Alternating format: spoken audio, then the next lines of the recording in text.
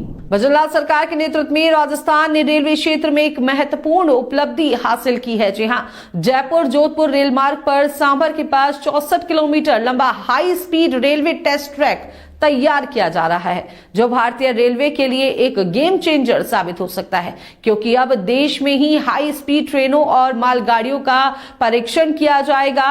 Railway अधिकारियों की माने तो रेलवे अधिकारियों के मुताबिक इस ट्रैक पर ट्रेनें 220 किलोमीटर प्रति घंटे की रफ्तार से दौड़ेंगी। यह टेस्ट ट्रैक 2 चरणों में बनाया जा रहा है।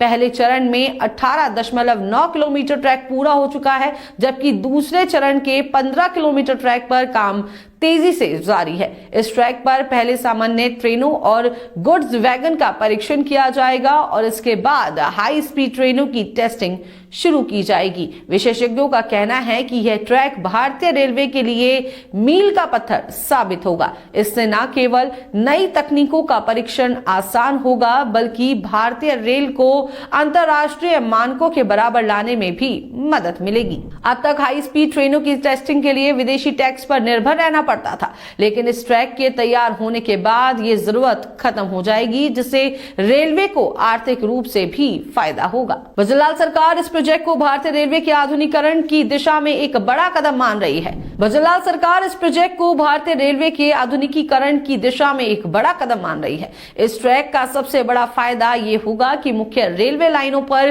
किसी तरह की बाधा डाले बिना नई ट्रेनों और तकनीकों का परीक्षण किया जा सकेगा। इस पूरी परियोजना में अत्याधुनिक तकनीकों का इस्तेमाल किया गया है और आने वाले कुछ महीनों में यह पूरी तरीके से तैयार हो जाएगा।